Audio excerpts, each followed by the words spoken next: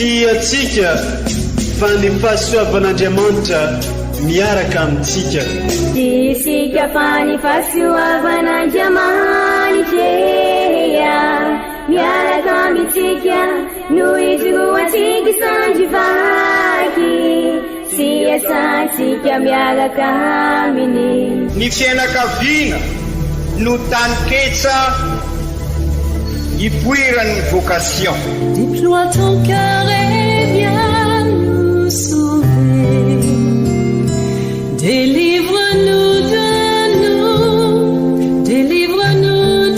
tout. Fa sisika tokoa fa ny fahasoavan'Andriamanitra miaraka amintsika. Sisika fa ny fahasoavan'Andriamanitra miaraka amintsika noho izy roantsika sandrivaky sy asantsika miaraka aminy. Fa olo raika atokotran'isika ao aminy, fianakaviana iray ao aminy, tsy misy evitrevitra. Ny olo no mampizara indraindray, fa Andriamanitra i Jesoa lay mpiandrony tsara nanolotra ny aina olo raika. Ary ao amin'ny fiangonana, ao amin'ny eglizy dia sambatra antsika mahasapa an'izay.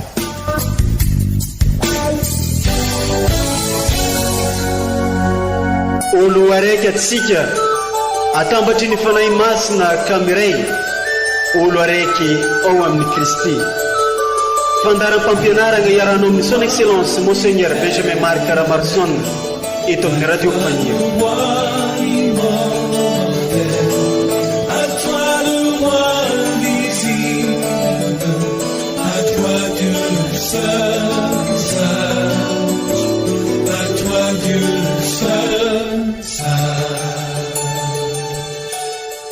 Teny mahafaly no torio ary atao vantsoavo aelezo hatrany amparavazan-tany izao. Nanafaka ny vahoaka ny tompo, aleluia. Isaia 7:7. Ankafaliagna ankaravoagna no anoloragna fiarabagna antsika jiaby izay magnaraka tsy tapaka ity onjam-peon'ny radio Fagniry mamintsika ity, izay onjam-peo mamitambatra antsika ho iray sady onjam-peo mitady mandrakariva ny anitatra ny fanjakan'Andriamanitra eto amin'ity diosezi mamintsika ity. Isaoranay ianao izay mankamamy sy mankafi ireo fampianarana sy toritenin'ny Monseigneur Archevêque eto amin'ity onjam-peon'ny radio Fagniry mamintsika ity. Toloranay fiarabagna antsika eo ave jiaby tratran'izao alahady fahenina amin'ny fankalazagna ny Paka amin'ny taona di amin'ity taona 2024 ity. Koa amin'izao alahady fahenina fankalazagna ny Paka izao dia toloran'ny eglizy lohahevitra isika ny hoe varizato aoronan'ny sompotra isika ao amin'ny eglizy. Ndeo renesitsika irevaky teny masina tolotry ny eglizy amintsika izay arahana fampianarana sy toriteny avy amin'ny Monseigneur Archevêque ray aman-drenitsika.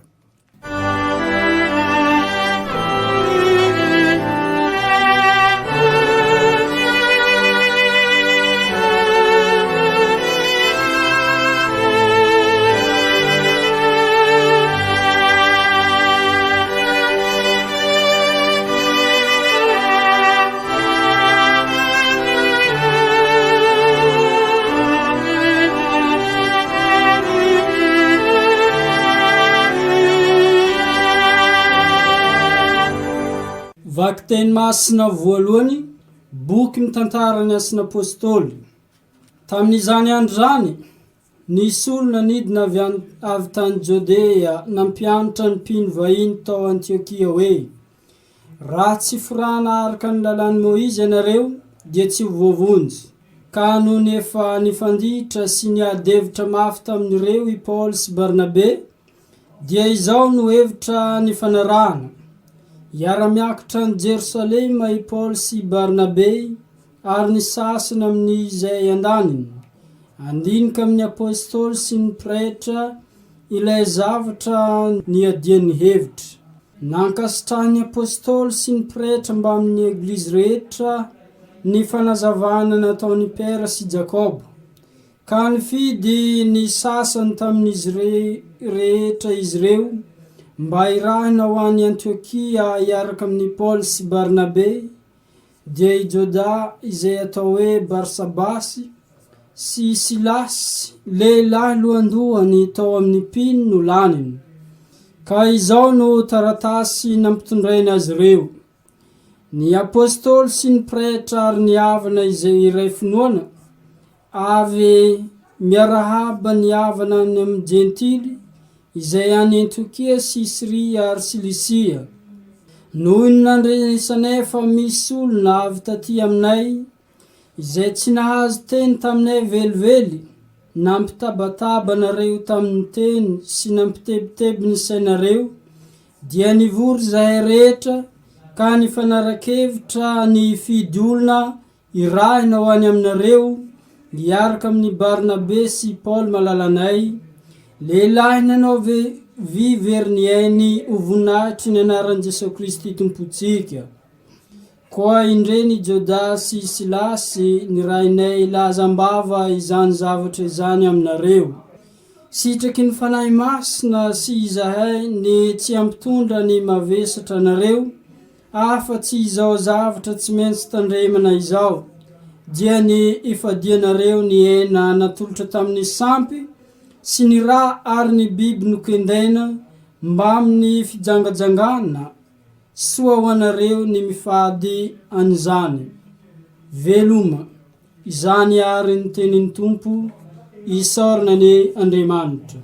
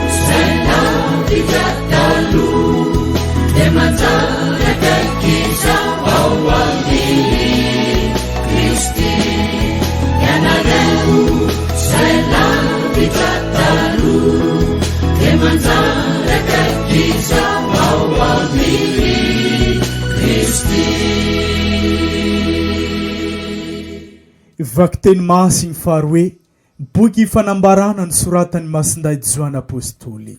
Izao Joany dia nentiny anjely ampanahy tany amin'ny tendrombohitra, sady avo no lehibe, ka naseho ny ahy ny tanàna masina, dia Jerosalema nidina avy anan-danitra, avy amin'Andriamanitra. Namirapiratry ny voninahitr'Andriamanitra izy, ary voazavany kintana sy ny vato sarobidy, dia ny vato jaspa, izay azo hitarafana toy ny kristaly. Sady avo no lehibe ny mandany, ary 12 no vavahadiny. Nisy anjely 12 tamin'ireo vavahady ireo, ary nisy anarana voasoratra koa, dia ny anaran'ny foko 12 ny zanak'Israely. Vavahady 3 no eo atsinanana, vavahady 3 no eo avaratra, vavahady 3 no eo atsimo, vavahady 3 no eo andrefana. Misy vato fanorenana 12 ny mandany tanàna, ary nisy anarana 12 amin'ireo, dia ny anaran'ny apôstôly 12 ny zanak'ondry. Tsy nahita tempolo tao aho, fa ny Tompoandriamanitra mahefa ny zavatra rehetra, sy ny zanak'ondry no tempoliny. Tsy mila masoandro ny tanàna, na volana anazava azy, fa ny voninahitr'Andriamanitra no mamirapiratra ao aminy, ary ny zanak'ondry no fanilony. Izany ary ny tenin'ny Tompo, isaorana ny Andriamanitra.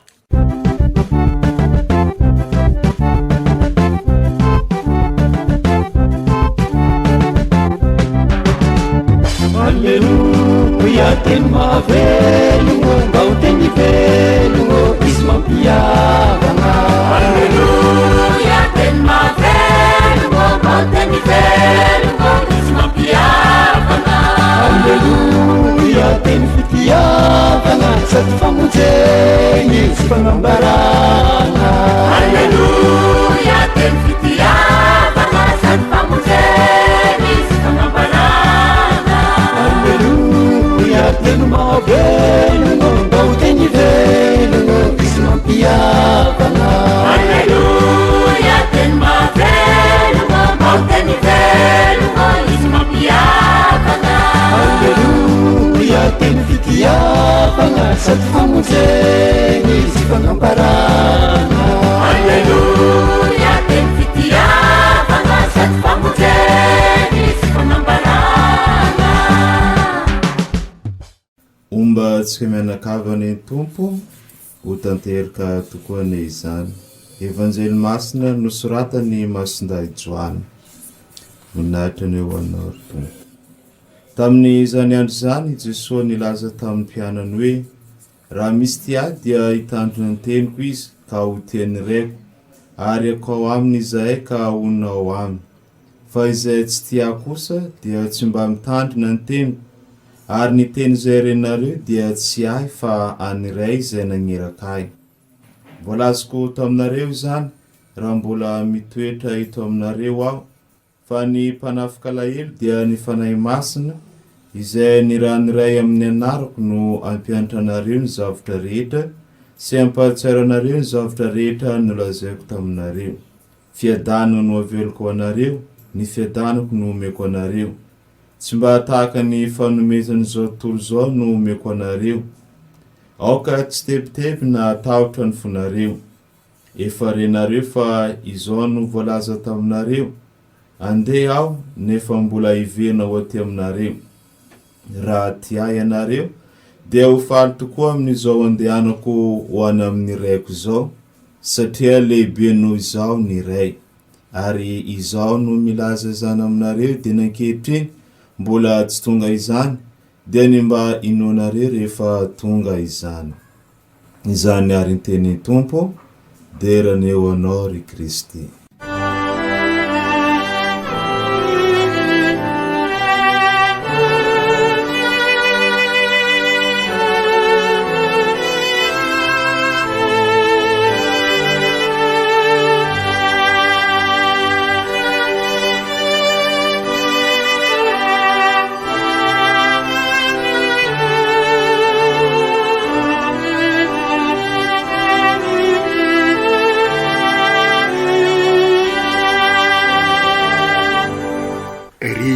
Kristianina hafana alahady fahenina mipaky sika zao, ka sy magaga raha mampitotoka antsika sahady amin'izay rehetra mety iseho sy hitranga amin'ny fiainana maha-kristianina antsika aorianany baka ny tenin'Andriamanitra sy ny vavaka amin'izao alahady fahenina ampaka izao.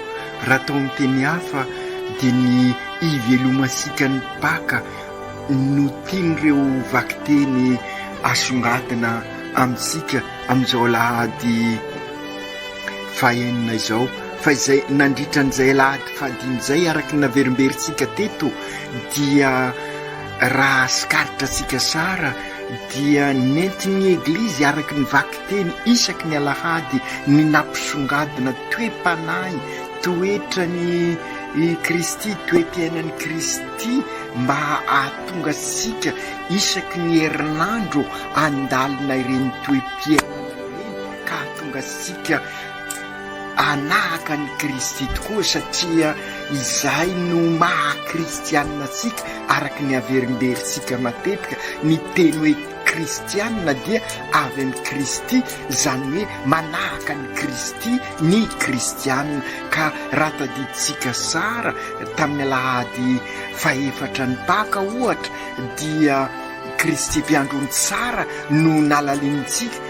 Talohan'izay dia miendriky Kristy be famindrapo no nasongadina mba ahatonga sika ivelona n'izany famindrapo izany, ary ny paka dia i Kristy velona eto anivosika fa sy mba Andriamanitra lavitra no Andriamanitra sika. Ary tamin'ny alahady lasa teo, alahady talohan'ny zao alahady fahenina zao, alahady fahadimy zany, dia Kristy voaloboka no nasongadina. Zany hoe raha isika miray amin'ny Kristy dia amokatra be ny fiainansika, ary zay rehetra izay ary ny maha-kristianina sika mila angovo isika mba afaka ivelona an'izay ka ahatonga sika olom-bebe amin'ny finoana araky ny averimberitsika matetika. Vokatry n'izao sinôda izao, mino aho fa efa ho takasika izany rehetra izany. Raha miresaka ny sinôda isika,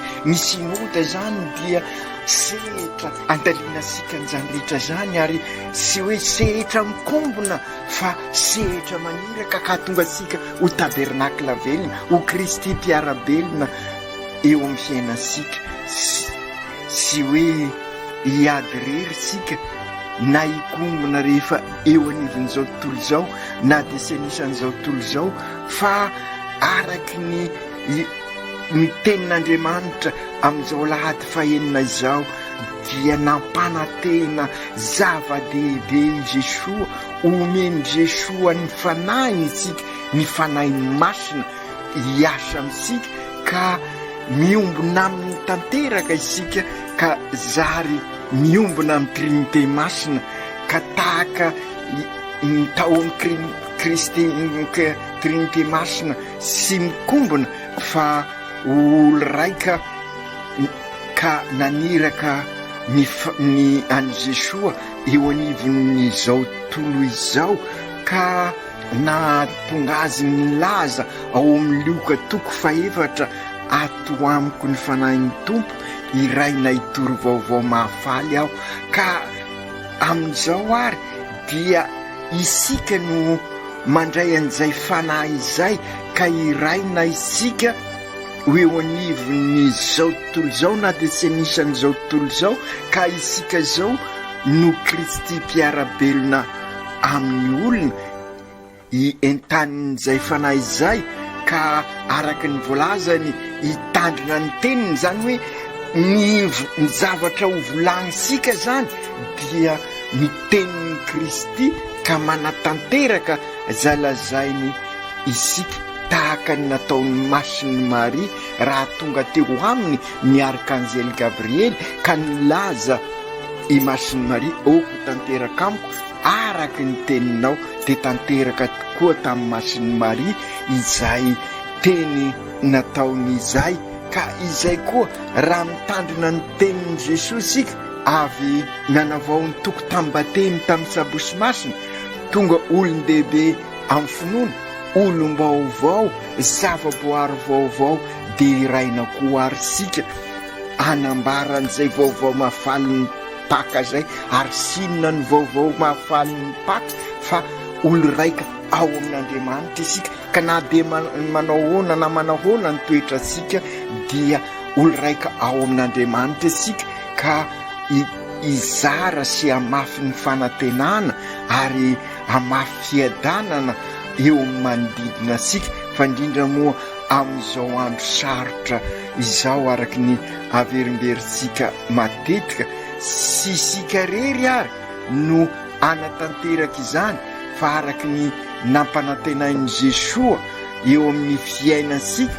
Raha misy tiay hoy Jesoa dia hitandrina ny teniko ka ho tiany raiko, ary eo ankeo aminy izahay ka honina ho aminy, ary zay ny vokatra n'izay fitandremansika ny tenin'Andriamanitra izay, ary io zany no alalinsika amin'izao alahady fahenina izao. Inona no ahafahasika mitandrina an'izay tenin'Andriamanitra izay, ary fomba hoana no ivelomansika an'izay tenin'Andriamanitra izay.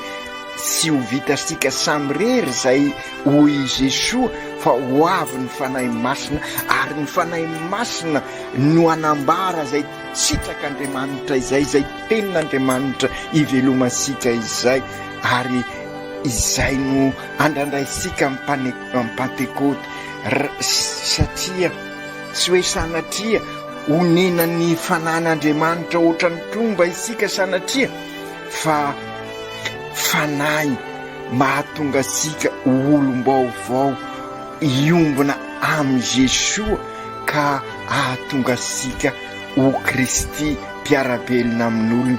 Araka izany ny fanahiny tromba mampavozo ary be fadifady ary mamatipatrotra, fa ny fanan'Andriamanitra manafaka ary maniraka ary sisy mamatipatotra isika. Araka izany ary dia efa ao anatin'ny fiomanana ny Pentekote tokoa isika, ny fanahy masina tokoa no anampy isika hivelona araky ny toetrany Kristy, ka tonga asika ho kristianina, ho Kristy mpiarabelona amin'olona, olon-dehibe amin'ny finoana. Kristy mpiarabelona amin'olona tokoa isika, ka omeny Jesoa ny fanahy masina ahatonga asika olom-baovao ao aminy, ho kay Kristy no velona ao amintsika, araky ny voalazany raha teo hoe zay sy tia kosa sy mba mitandrina ny teniko, ary ny teny zay zarainareo dia tsy ahy fa anraiko. Raha mitandrina ny tenin'i Jesoa sika izany ka manatanteraka araka izay, dia sy inona fa sy inona io fanatanterahana ny sitrak'Andriamanitra ny tenin'io, dia ny fifankatiavana. Ny fankatiavanareo tahaka ny nitiavako anareo Jesoa, ataovy izao ho fahaserovanahy. Dikan'izany dia isika mifankatia no maha kristianina sika, maha olo raika sika ao amin'ny Jesoa, maha frately toty sika, ka mpiray tampo tokoa isika ao amin'ny Kristy. Zany hoe miray amin'ny voaloboka isika, ka isika no ransany, ka ransana mamokatra isika raha mitoetra ao amin'ny Jesoa. Zany hoe manatanteraka ny tenin'Andriamanitra. Ny voalazan'i Jesoa amin'ny evanjely dia sy mandeha ho azy, fantatra asika sara ary ny diniasika zay tamin'ny alahady lasa teo. Maro zany hoe sy maintsy diovina isika mba hitoetra sarasara kokoa ao amin'ny Jesoa, ka azagaga ary sika raha misy sedra, misy fanadiovana eo amin'ny fiainasika. Ary zay zao sinoda izao mba hametraka an'izay rafitra, ka afahasika mandresy ireo rafi-pahotana efa noalalinsika tatoaro. Maro ny zavatra tokony ampianariko anareo Jesoa, fa sy ho zakanareo fa ho avy ny fanahy masina, ilay fanahy mpanafaka alahelo dia ny fanahy masina, zay irainiray amin'ny anarako no ampianatra anareo ny zavatra rehetra sy ampatsiaro anareo ny zavatra rehetra no lazaiko taminareo. Ary dia izay tokoa ry kristianina havana, sy hoe mpanao gazety ireo evangelista, ireo mpanoratra ny soratra masina, ary masinda Paoly, ary masinda Piera, sy hoe mpanao reportage izy ireo, fa noho izay asany fanahy masina zay dia tsaroany ny zava-drehetra, ary indrindra fantany ny dikan'izay zavatra niseho, ary nampitan'izay tamin'ny ireo mpiarabelona tamin'izy ireo, ka dia nihitatra ny fanjakan'Andriamanitra, ary dia tonga taty amintsika, ary izay ireo misionera tonga ty amintsika araky ny vavaka ataosika amin'ny synôda. Ny fanahy masina izany no irainy, ka io fanahy masina ny irainy Jesoa io no miasa amin'izao fotoana zao, ary miasa eo anivon'ny eglizy, ary andrandray isika amin'ny Pentekote, ka azagaga isika raha anao midingana lehibe isika mikasika ny synôda any andapa amin'ny fotoana ny Pentekote, mba ny fanahy masina tokoa ny manoro amintsika ny zavatra rehetra mbola sy fantatsika, ka iososika lalindalina koa amin'ny maha-olon-dehibe amin'ny finoanansika, ka sy ho mpitandamba isonisika fa ho tena mpandray andraikitra, tompona andraikitra tokoa isika, mpiansehitra, ka sy hoe mandray fosiny isika fa mpiansehitra mampandroso ny finoana, ahatonga ny finoana ivelona araky ny lazaisika hoe ahay ampitrotra ny finoana sy ny fiainana andavanandro, ka hanova ny fifandraisana amin'ny zava-boary, hanova ny fifandraisana eo anivon'ny fiarahamonina, hanova ny fifandraisana amin'Andriamanitra, ka hameno ireo siny enina sazoa sota ireo sika araky ny efa nilazaisika, ka sy rafitra manapotika soniny zany no entsika na rafim-pahotana araky ny averimberitsika, fa vo mainka manahirana ny ady raha izay no ataosika, fa araky ny lazaisika oka sy diso ady atrenisika na diso lalakale amin'izao kiondalana sarobidy amintsika izao, araky ny lazaisika rehefa miatrika an'izao synôda izao, fa ny fanahy masina no anampy asika ary ametraka tsara ny tetikady hoentsika miady amin'ity rafim-pahotana manangeza asika ity, ary anoro asika ny lalana ka hitondra asika amin'ny fivelarana ny mahaolona sy ny mahaolona manontolo. Izay no antenaisika vokatry ny fanahy masina, ary zay no ezasika amin'izao synôda izao, ahatonga asika olom-baovao amin'ny Kristy, zava-baovao amin'ny Kristy, ka hosokafany ny foa mampanansika, ka ry kristianina havana sokafy ny foa mampanansika, hiasany ny fanahy masina ao am-posika, afaindrindra amin'izao synôda izao, ka hanao tahaka ny Kristy sika, ivelona an'ilay lazain'ny Kristy ao amin'liko efa nampisehotsika teo, ato amiko ny fanahy masina miraina itory vaovao mafaly ao anala zay mamatipatitra rehetra lay mpanafaka alahelo. Isika koa dia tahaka izany eo anivon'izao tontolo izao, na dia sy anisan'izao tontolo izao azy isika, izany no maha eglizy olona velona antsika, mpanorina eglizy tranon'Andriamanitra, lay trano ben'Andriamanitra zay indrisy efa potika noho ny etraketraka sika olombelona. Isika izao feno ny fanahy masina, lay nampanantenainy i Jesoa no ivelona tokoa, ary lay fanahy zay ahafahasika miroso ao amin'ny fiainam-baovao miaraka amin'ny Kristy, ka ahatonga asika ikasaka mandrakariva ny soimbonana, mpanjaka ny rariny sy ny hisiny, ka ahatonga asika ho mpamafy fiadanana sy fandriam-pahalemana, ampizoro ny tena marina ampiombona asika.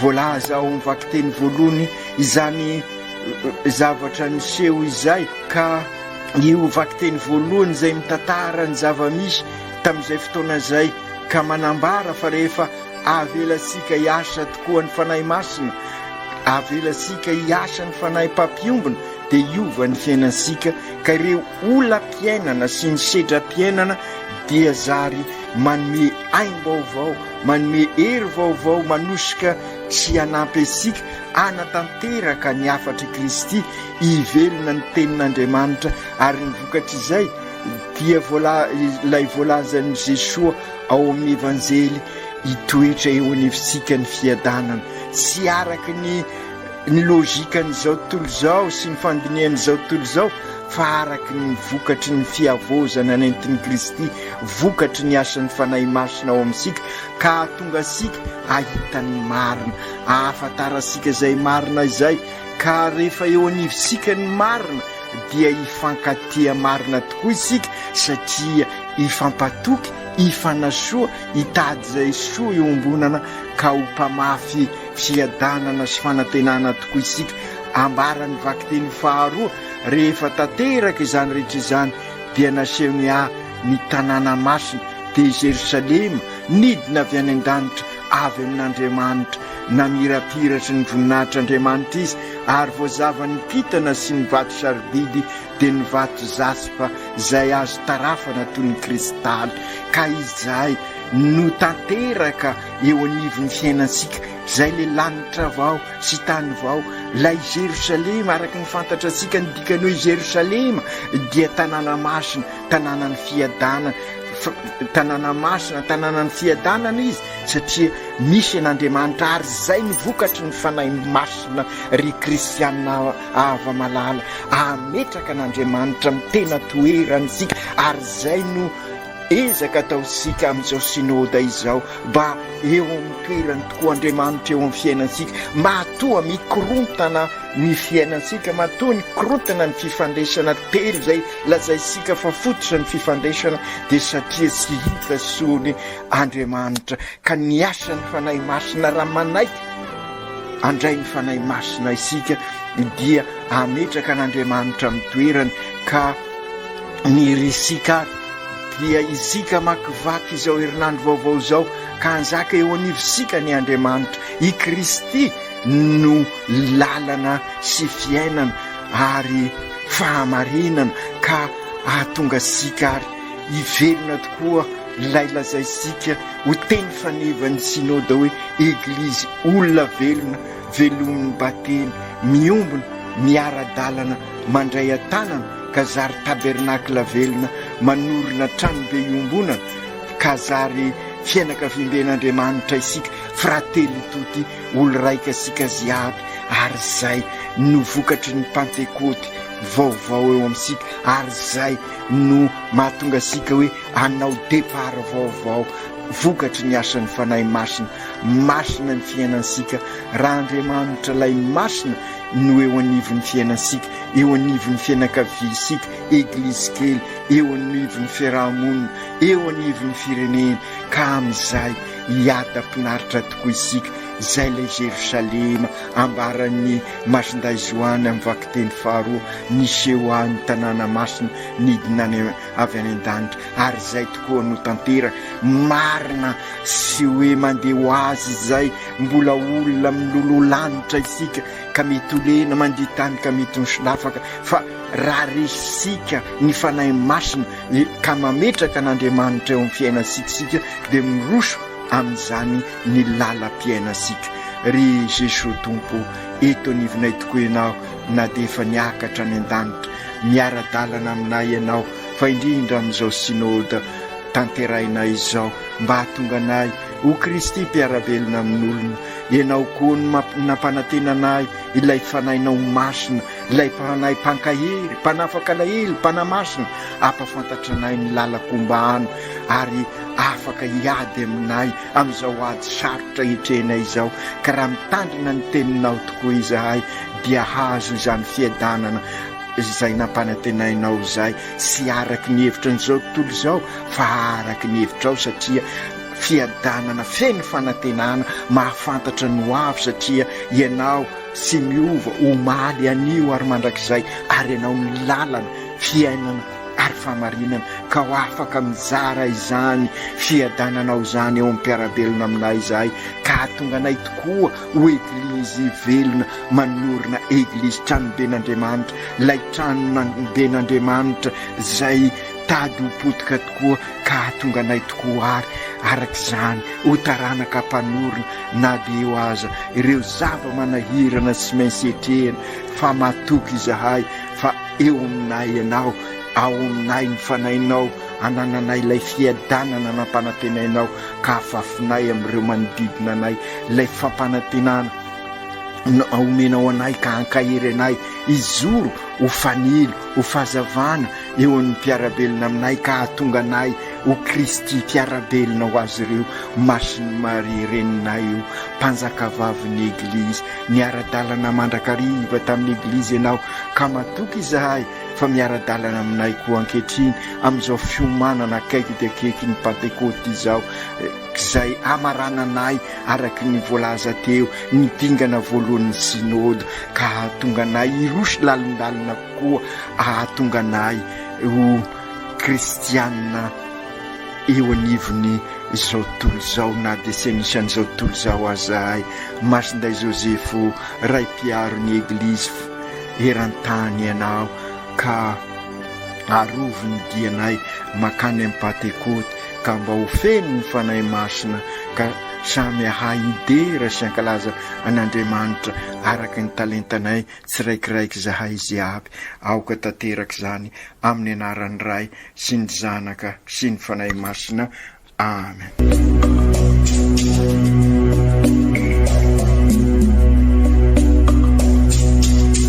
Tsy atsika fa ny fahasoavan'Andriamanitra miaraka amintsika. Isika fa ny fahasoavan'Andriamanitra miaraka amintsika no izoatsika sandrivaky sy asantsika miaraka aminy. Ny fianakaviana no taniketsa ipoiran'ny vocation. Déploie ton cœur et viens nous sauver. Délivre-nous de nous, délivre-nous de tout. Fa sisika tokoa fa ny fahasoavan'Andriamanitra miaraka amintsika. Sisika fa ny fahasoavan'Andriamanitra miaraka amintsika no izoatsika sandrivaky sy asantsika miaraka aminy. Fa olo raika tokoatrany isika ao aminy fianakaviana iray ao aminy tsy misy hevitrevitra ny olo no mampizara indraindray fa Andriamanitra i Jesoa lay mpiandrony tsara ranolotra ny aina olo raika ary ao amin'ny fiangonana ao amin'ny eglizy dia sambatra tsika mahasapa an'izay.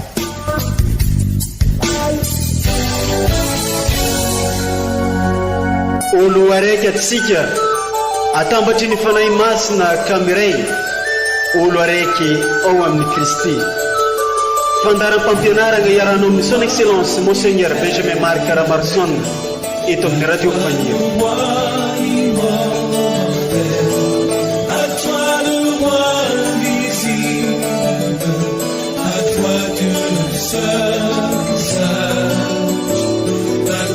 Dieu seul,